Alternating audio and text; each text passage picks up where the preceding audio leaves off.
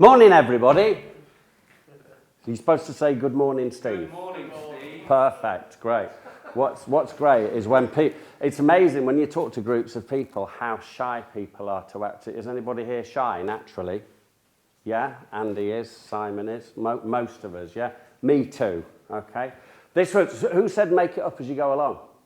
That's what I'm doing. But I tell you what's interesting, I told you this the other day, didn't I? So a few years ago, I was doing some consultancy work with this guy who is a financier, and the guy's flying now. He's based in Mayfair and he does corporate finance. And I was talking to him and I said, oh, Simon, I've got this for you, Muyaga, because it sounded to me a little bit like Nomura or one of those Japanese investment type banks. He says, yeah, I like that name. What's it mean? I said, I just made it up. It stands for make it up as you go along.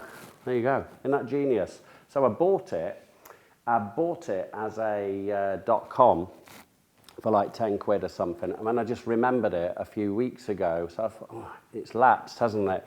So I go back onto GoDaddy. They want $2,500 for it now. It's a premium domain. Isn't that good? So how long, let's get to know everyone. What's your name? Joel. Sorry? Joel. How long you worked here, Joel? Nearly 2 years. Yeah, do you like it? You've got to say yes, haven't you? I've met you before, haven't I? Remind me of your name, Katie. Yeah. Yeah. How was the weekend away that time? Good, yeah. What's your name? Cheryl. Cheryl. How long you been here, Cheryl? Day one. Day one? I'm Sam's wife. Oh, right, okay, fantastic. How about you? Callum. Callum, how long you been here? Since day one as well. Since day one. 2-1. Oh, sorry, that shows how slow. Sorry, I thought it was your first day when you said day one. What about you? Evie. How long you been here, Evie? About 7 months. Yeah? Oh, fantastic. Gavin, 2 years. Yeah? You, sir? Yeah. What do you do? Simon. I have been here since the beginning. You've been here since in the beginning. There was Simon. Yeah, fantastic. What about you? I'm Sarah, Hi, Sarah.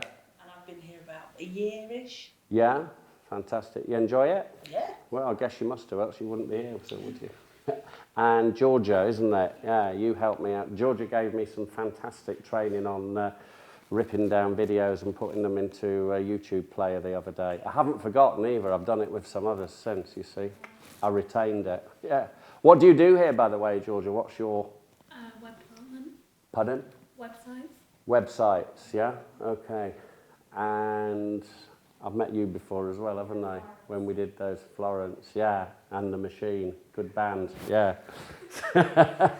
So I'm Steve, anyway, if you've seen me about. So what I generally do is talk to people about sales, yeah? But is anybody here in sales? Let me ask you the question again. You're not quite getting this, are you? Is anybody here in sales? Yeah. Yes, everybody's hand should go. Everybody's hand go.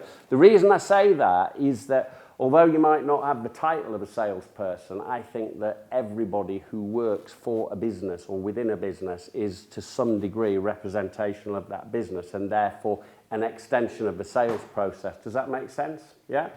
So one of the things that I like to talk to people about is always being, it's a thing called sensory acuity or conscious awareness, which is a posh way of just being like aware all the time of where you might see an opportunity for the business. Does that make sense? Yeah? Do we do that to any extent? If you're out and about or weekends, oh, that's something that, you know, I'll give them a card or something, they might want to use our agency. That type of thing. Does anybody do that? Yeah. Yeah? Business card, yeah. Yeah, or where you've got a pen, you know, back of somebody's hand or something like that. But it's a thing that I call the 3-foot rule, yeah? If you get within anybody who you think is about 3 foot within anybody's space, who you think might be of a little bit of use or you could be used to them, just let them know who you are, give them your phone number, give them your details, because you know what? You never know. You never know. Was it you were telling me that an account that you just wanted started a year or two ago? Yeah. So you just don't know how, you know, something that you make a contact with, connection with somebody today, could be a massive piece of business for this company in 6 months, in a year, in 2 years' time. It will have a gestation period. So we're all salespeople to some degree. So when has anybody here been to university? Nah. Have you? No. No? Did you? For a year. For a year? Did you drop out? Yeah. Was that because Bill Gates dropped out? You thought it might? I didn't like it. You didn't like it? A lot of people. You've been to university. Who else has been to university? Only one? Yeah? Okay, I've not been to. So when I left school, I got 9 A's for my O-levels, yeah? And that was absent, because I didn't take them, because I didn't, like you say, you didn't like university. I didn't like school. So the first thing that I did to kind of appease my parents is a little bit, do you remember those things called a Young, Thick and Stupid scheme? YTS scheme. YTS, yeah. Actually stood for something else, but we nicknamed it Young, Thick and Stupid. And I did that for a little while. Not far from here, on the North Bridge at the Vehicle and Plant Office of Doncaster Council, and my job was to read tachographs all day. Do you know what a tachograph is? Sounds thrilling. Yeah, it was thrilling. It looks like a tachograph. It was a piece of round paper, and it looked like one of those set square semicircles, but a full circle. And it was basically a way that all the council vehicles, it was a reporting, so they could see if a driver had gone too fast or had not taken the appropriate brakes and stuff like that. It was a grass-up mechanism back in the day for drivers. And then it came to the end of that period, and I was absolutely gutted at the time, because when every cloud has a silver lining, the silver lining in this instance was the rest of my life, because my boss there, this guy called Stan Stone, he took me to one side and said, "I'm sorry, Steve, but the times that I haven't got a job, haven't got the budget to offer you." And I was absolutely gutted for 2 minutes or something like that. I could have been still there now reading tachographs, 35, 40 years later. So what I did then, this cafe just round the corner used to be a fishmonger's called Warner's. Does anybody remember that at all in Doncaster? No? Yeah, you remember? Well, I used to buy fish off them, because obviously coming out of the council, the next thing to do was to go and buy a van and start selling fish door to door in places like Stainforth and Hatfield and Bentley. And the reason I did that is I knew how to do it, because I'd done it as a Saturday job at school. Has anyone ever had a Saturday job? Yeah? What did you do? Worked in a grocery shop, fashion shop, gardening. Yeah? Wow, that's a bit glamorous and varied. All I did was sell fish on Mexborough Market. So I knew how to do this. And I built up a nice little business. And within about 6 months, I was earning about 4 times as much money as my friends who were working in banks. And I was only working sort of half a day, because you'd finish at 2. Start about 6 in the morning, but finish about 2. The only difficulty with that job, selling fish, is you stank. I had a trail of cats following me home, honestly. I just couldn't get rid of them. And then we had a thing called, do you remember this thing called the miners' strike? Yeah? Yeah? It didn't go down too well around here, did it? No, not at all, funnily enough. No, it went down like a lead balloon. But what it did, the sort of analogy or the illustration is that things change, don't they? And what's the word I'm looking for? The paradox is that the only consistent thing in life is what? Death. That wasn't the answer I was looking for, but yeah. So I'll ask the question again. You're not allowed to answer. The only consistent thing in life, paradoxically, is change.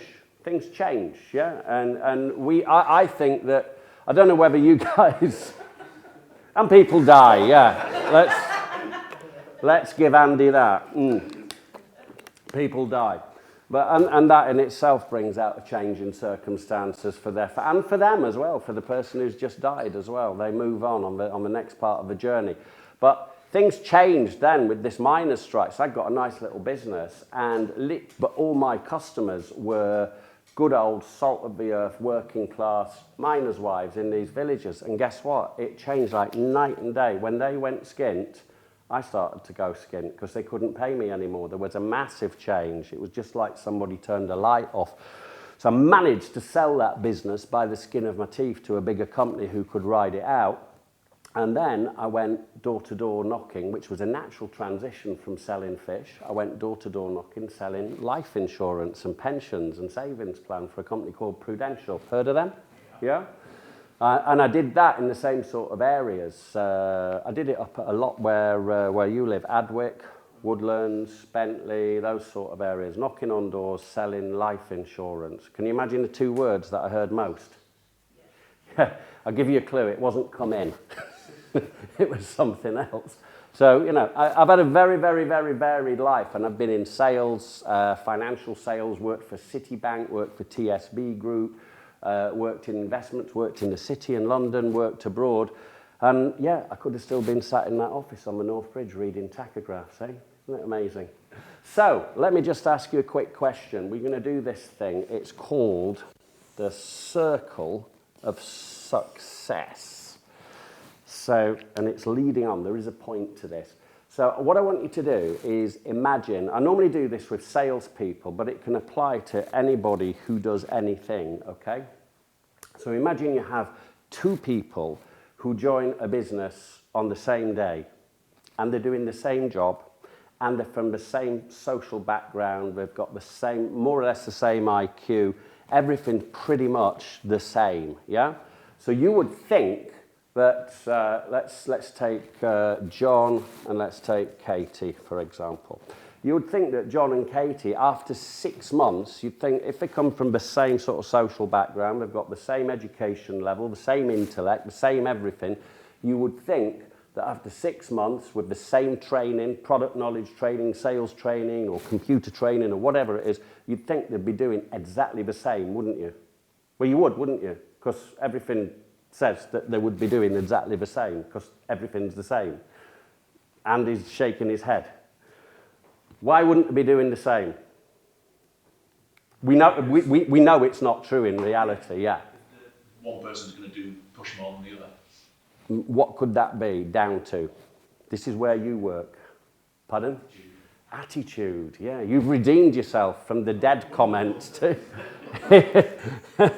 It's the A word. It's attitude. Yeah. I did a video a little while. I like messing around with words, as you've probably gleaned. And I did this video which got loads of views. It was how to use the C word to get more sales. So it was obviously quite a controversial title because we all know what the C word can mean. But the C word was actually consequences. And I'll just share this with you before we move on because it's really, really interesting. So do you remember a guy called Billy Graham? Yes. He's an evangelical preacher.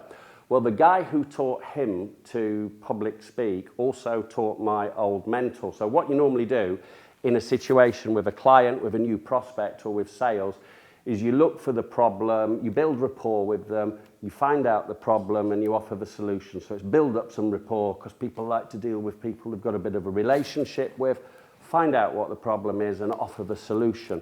The C word is the missing link to that. And it's pointing out to people, and you might want to think about this, you guys who are selling, it's pointing out to people the consequences of keeping on the path that they're on. So what Billy Graham used to do, for example, was he would build rapport. He had these huge audiences back in the day. I mean, he was like a megastar. He was playing to stadiums, but he was selling religion. He was selling Christianity. And so he would build rapport with them by saying, you know what, I used to be just like you. If some of you are on the wrong path, I was on the wrong path. I was drinking, I was, hanging out with the wrong types of guys, hanging out with the wrong types of women, or the right types of women. I was just going in the wrong direction and picking up speed. He would build rapport with the audience, yeah, and then he would tell them what the problem was with life or with humanity at the time. And then, before he would offer them the solution, which was to take up Christianity and join his church, what he would do is he would point out the consequences if you kept going on that path. So something to bear in mind when people are perhaps who you're talking to as prospects are not having a great time, but very often people, if they're comfortable with who they're with, even though they're not having that great an experience, to get them to take off base 1 to base 2 and fully commit is difficult. So maybe highlighting the consequences of doing that, because there's a lot of people, you know, we've been talking about the leads and PPC leads and things like that aren't working for some companies, and different type Facebook leads that aren't working for some companies. Yet, because it's the only thing, they just keep on keeping on doing the same thing, and they're hoping that it's going to change one day by doing, and we all know the definition of insanity, don't we? Was it Einstein said the definition of insanity is doing something time after time, and you're getting a result that you were unhappy with, and yet you keep taking the same action, and you're just hoping to get a better result from the same actions. It's not going to work, is it? If I bang my head against that wall really hard, what's going to happen? It's going to hurt, and if I do it again, it's going to hurt more, and that's the pain that a lot of people are going through. So, here we go. First word for you. This is where you get involved, and you also see how bad I am at spelling, yeah? But I'll try. Aspiration. Katie, what's an aspiration? Something you want to achieve. The clue's in there, yeah. It's something that you aspire to. So let me you tell me, what's one of your primary aspirations, Katie? I want to, well, in this company I would like to be a director. Yeah? Do you hear that? That's a good aspiration to have, though, isn't it? You know? Anybody else like to share an aspiration or two?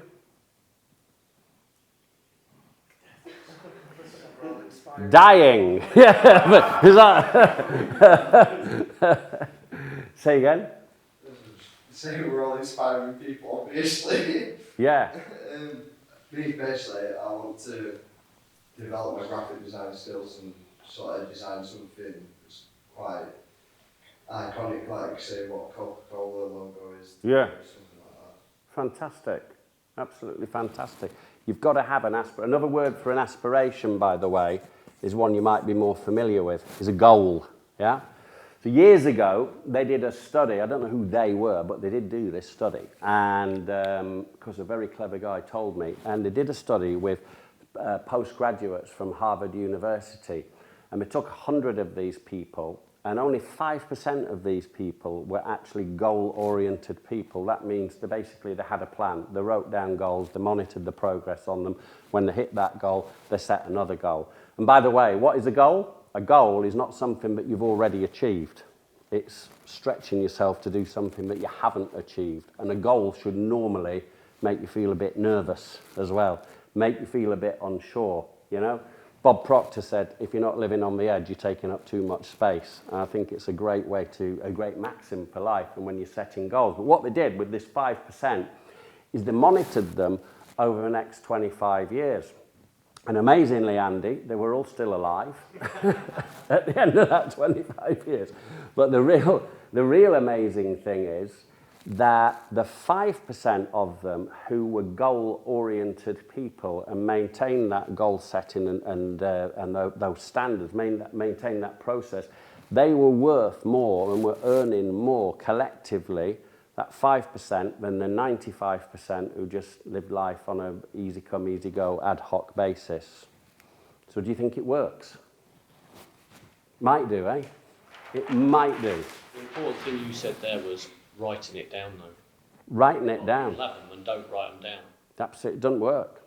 It doesn't work. The best thing to do is to write down your goals, and if you keep them by the bay, you can write them down more than once. You're allowed to do that, yeah? So you can write them down and you can have them. And there's a funny thing that happens when you actually write something down, because I'm guilty of this massively, and it doesn't really work, is all this email to self thing. So if you write down this is like time management, and then like the next day, you sleep better for doing this, for dumping everything out on an email to yourself or writing it down, because then it's off your mind and you know you're going to deal with it the next day. But there's something about actually writing it down. There's a physical connection. It like wires, yeah? Really does. I don't know why, but it just does.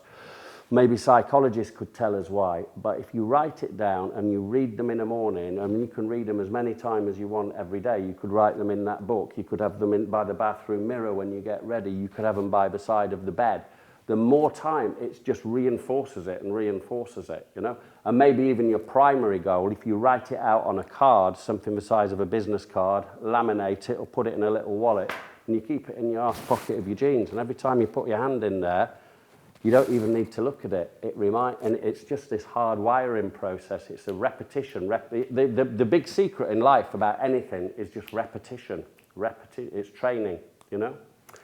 That's it. So, where are we now? AT. Let's try this one.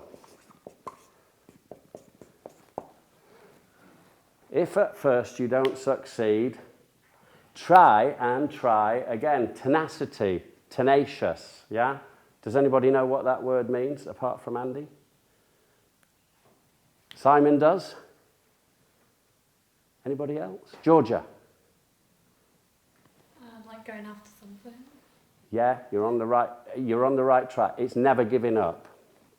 So we often give up too early. We often give up when nobody tells us when the success. You can't always see it, can you? And a lot of people give up and they don't actually know that success is just around the corner. So tenacity is all about just keeping going and being relentless, yeah? Being unstoppable, being unshakable, yeah?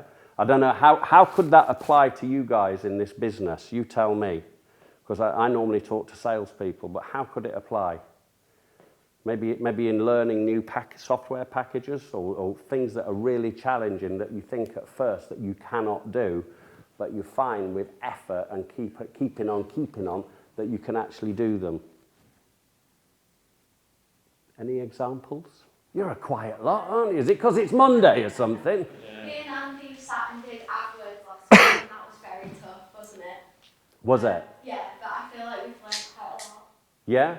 Simon corrects us. Yeah, so we've ruined. Yeah. Well, he was away though, wasn't he? Yeah. But that's the thing, is finding new skills or finding new challenges and just keeping on. It's that repetition thing again until you master them. So the next word, you're going to love this one because I know you all work really, really well together. And it's, who thinks this is important? Come on, you've got to speak to me now, guys. Teamwork, yeah? Okay.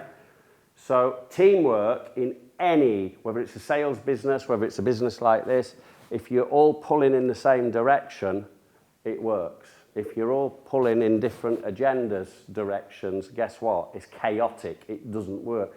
Where would you say, Simon, I'm going to ask you this question.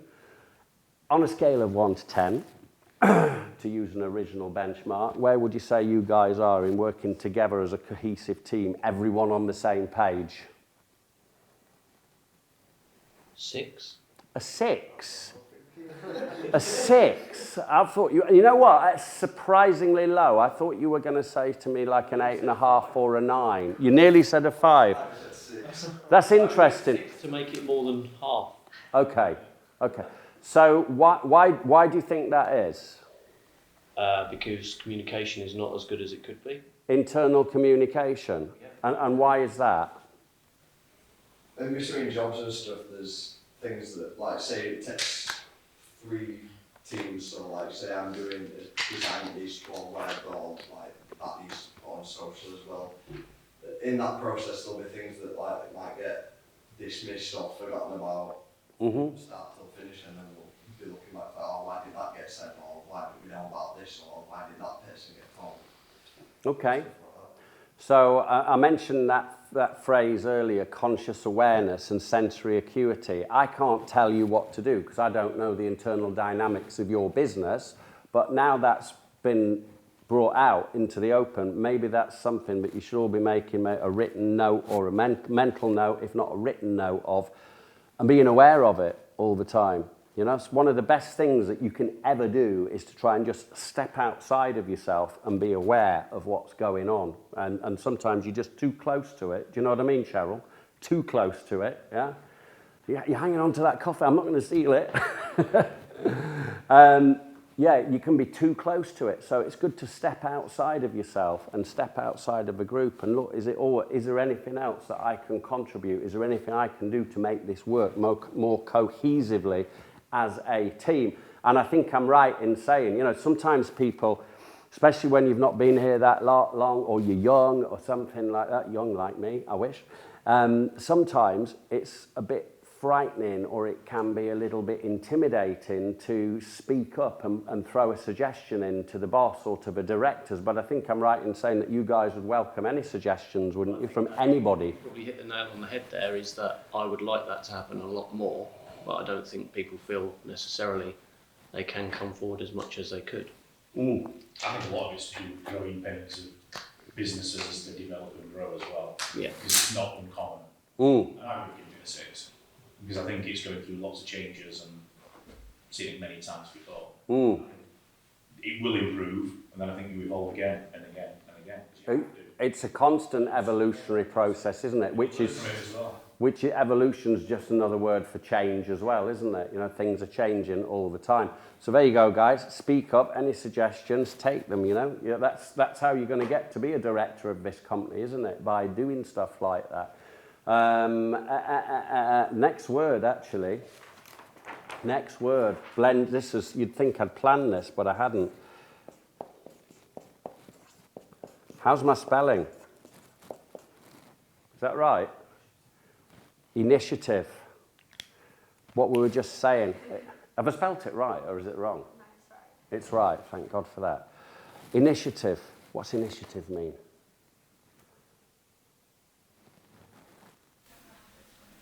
Do you know what it means, though? It's all right. It doesn't.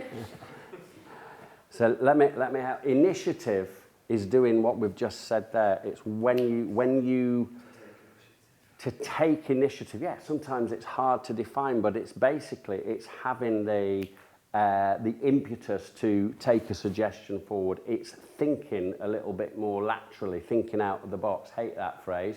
But it's all of that, yeah? It's showing initiative. I think my mum would have called it, it's a good old Yorkshire phrase, nous. Yeah?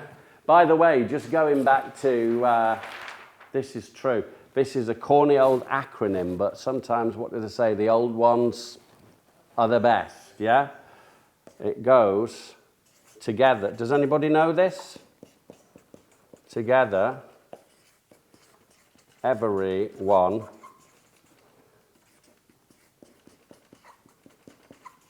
achieves more.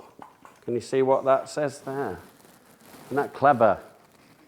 There's also another one that said there's no I in the word team. So it means that you're working cohesively together. Yeah? So this initiative thing, I don't know about the people who are nearer to my age in the room, but I think that gradually over the years, people have had initiative, because another word for initiative that you could use is common sense, yeah? And I think that common sense, again, that's paradoxically an oxymoron in itself, because common sense is very rare, isn't it? It's really rare, yeah? And I think initiative, I think society has made people thicker over the years. It's dumbed people down. It really has. I mean, do you agree or do you not agree? Yeah. More worried to step out in front of something, yeah, and be questioned or have their opinion questioned. Yeah, yeah. Or a lot of people will do it on a keyboard, but they won't come out and do it. But I mean, just like simple initiative to me is something as basic. You go into a pub on a Friday night. You've got a pocket full of shrapnel, yeah. And it's weighing your jeans down. So the guy that you're dealing with in the pub, he sells 10,000 pints of Carlsberg every week. And you say to him, how much is it, mate? I just want to get rid of some of this change. And he don't know. He's got to go, He don't know. Yeah, he sells 10,000. That's what I mean by lack of initiative. People have been dumbed down. So again, the thing is to be aware of this, guys, and just be aware to use your own initiative. Another good word beginning with I is using your intuition as well. So if you feel that it's good to come forward with a suggestion, if you feel that it's good to do something, whether it's with these guys who own the business or whether it's with clients, don't be afraid to do it, you know. No one's got the monopoly on good ideas, have they? You know? Another word beginning with T, guys, is, do we do much of this? Amazingly, this is what we call a training session. Did you know that? But training, upskilling yourself. Is there a program here in place? Do we upskill ourselves, or do we just leave to our own devices to do it? How does that work? We are doing bits, yeah. We're not doing as much as we probably could. Yeah. What bits are you doing out of interest? A couple of these guys are doing Google AdWords. Yeah. We are coming. There we go.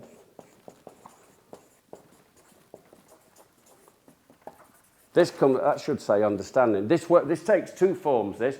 Understanding each other, so working as a team. Understanding what issues, because you might be pissed off about something's not happening with another member of the team, but then you don't know what's really going on with that person. Have they got personal issues? Have they got too much work from another client? So fully understanding, I think being open and understanding the position of the business and everybody else's individual position, I think that helps. It's transparency, yeah? Does that make sense? Does that resonate with you? Yeah? It does with me, yes. It does, good. And understanding the client as well. What's that thing?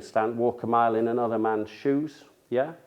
So understanding what people are going through and understanding fully what people's issues are is going to help you, because you're here to provide solutions for people, aren't you? Yeah? Am I right? Yes or yes? Yeah? Yeah? So to have a full understanding of perhaps the pain and the issues that they're going through, that you've got the opportunity to help, to serve them and to help them get through and improve is really, really vital, yeah? Right, where were we? D. What environmental was going to be the next word in that paper? More like idiot. Decision. So one of the things that we come across in business in our personal life, or let me ask you, does anybody here really relish the thought of making decisions? I do. You do. Cheryl? Oh, no, do not say that. Sorry. Incapable of making a decision. Katie, how are you with decisions? Like 50-50. 50-50? Yeah, That's a bit on the fence, that, isn't it? No, I know, it sort of depends what mood I'm in. Yeah? Yeah, sometimes I really don't like making decisions. But... So just to be clear here, I'm not talking do we have a curry tonight or do we have fish. That's not the. I'm talking about really important, potentially life-changing, risky, big decisions. Yeah, that decision that makes you really take your foot off base A to base B, and there's no turning back. Though, do you know why? Generally, people don't like making those sorts of decisions because it's taking them into. It's the unknown, isn't it? It's taking them into the unknown. And that's why they don't like it. They feel comfortable over here. Like we were saying earlier, they might not be satisfied with the results. They might have a moan every now and then, or every day, but every 2 minutes, but they become comfortable. I've found with people that if somebody moves up in life into towards the higher end of things, they very quickly grow into that and they become accustomed to it. But likewise, if people regress in life as well, it's abhorrent to them at first. They don't like it, but they grow into it. And it's not so bad, this actually, is it? I don't know when I was up there. You know what I mean? So people don't like making decisions. The other side of it as well, so we've got to, again, be aware of making our decision-making muscles, using them a bit more, yeah? But getting clients too as well. Like we said when we first met, how many people do we actually just ask? So many times I come across people in a sales situations, they make great presentations, they do everything pretty much right. There's very little I can probably teach them. But then they just leave it with the person. They don't ask they don't ask that person. They don't say, come on man, are we getting it on? Are we going to try it? They don't do that part of it. They don't get the person to make a decision. And maybe internally they're thinking, well, I don't like making decisions, so I'm sure he doesn't like making decisions, so I'm not going to ask him. And then somebody else comes in and pitches for the business and just has that little bit more of an edge to him and asks him, and then you wonder why you've lost it, So recognizing that people don't like making decisions and getting good at making decisions ourselves. Last word. Who would say Enthusiasm. Who would say that they're a naturally enthusiastic person here? You are, yeah? Yeah? I just get really Florence, sorry. okay. I just get really excited about a lot Yeah? of things. Does anybody ever get like feeling that, you know, you sat at computers all day? We'll come back to that in a second. We sat at computers all day, we're in an office, there's lights. Does anybody ever get a little bit low on energy? Yeah? Bit low, maybe. If you get low on energy, you can then start to get low in your mood, yeah? Do you ever get, you don't feel quite that positive, quite that enthusiastic?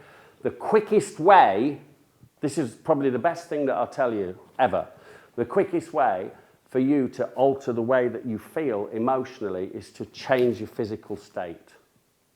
So it's to jump up, and maybe jump up and down, something like that, and get the blood going, 2 minutes or something like that. Go and give somebody a hug. Are you allowed to do that here, or is it politically incorrect? We'll be up on a sex case or something. Yeah. Along with the mobile phone one, yeah?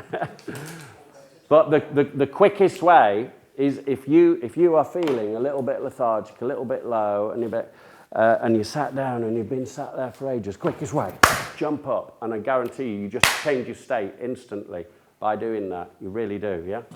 And you increase your levels of enthusiasm. So who else is enthusiastic apart from Florence? Yeah? I float up and down. Yeah?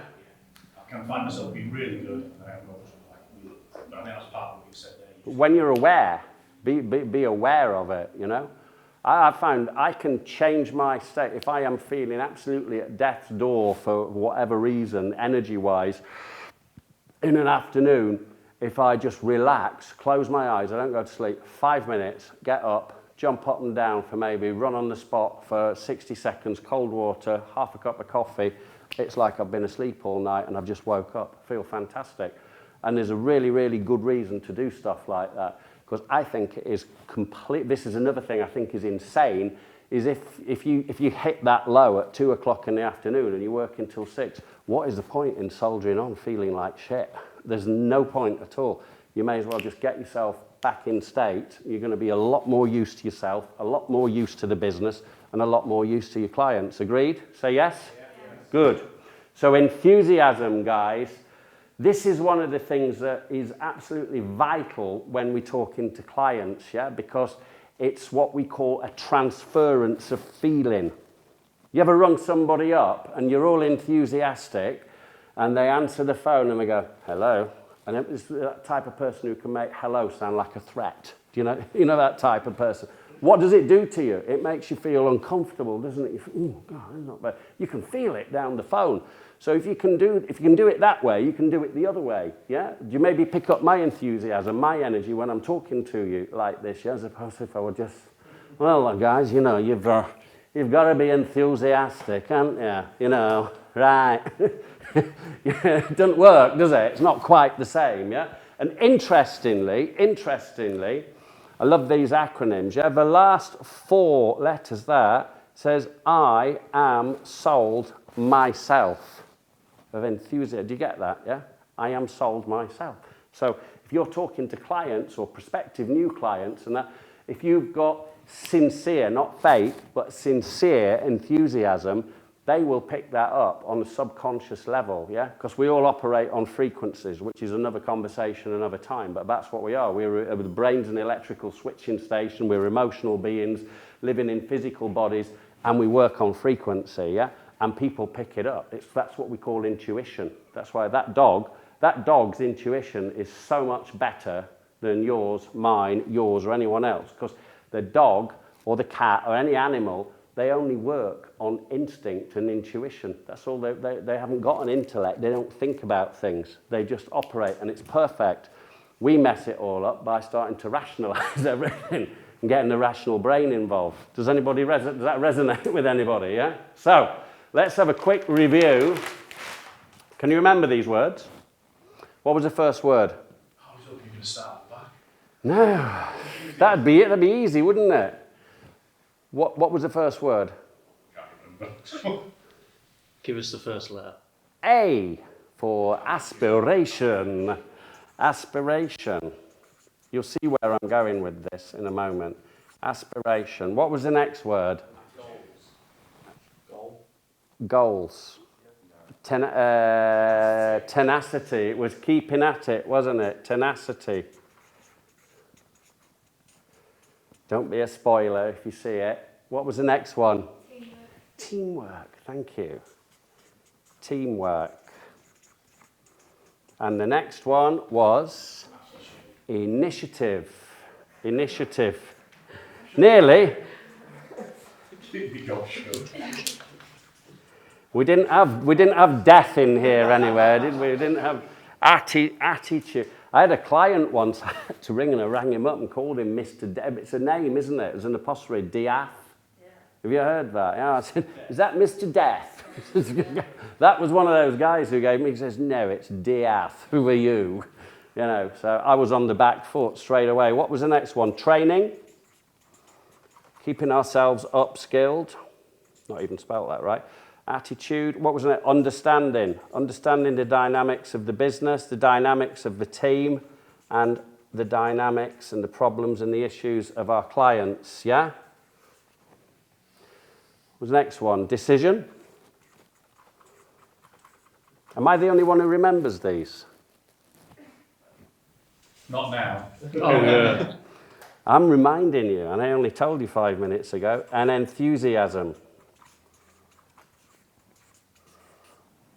Can you see the word that it makes up? Isn't that clever? Attitude. And what's even more clever is with no O-level, I made that up myself, yeah? And I tell you what's even more clever, alphanumerically, what's the first letter of the alphabet? A, so what is it? It's a 1, yeah? What's T? I can tell you because I've done this before. It's 20.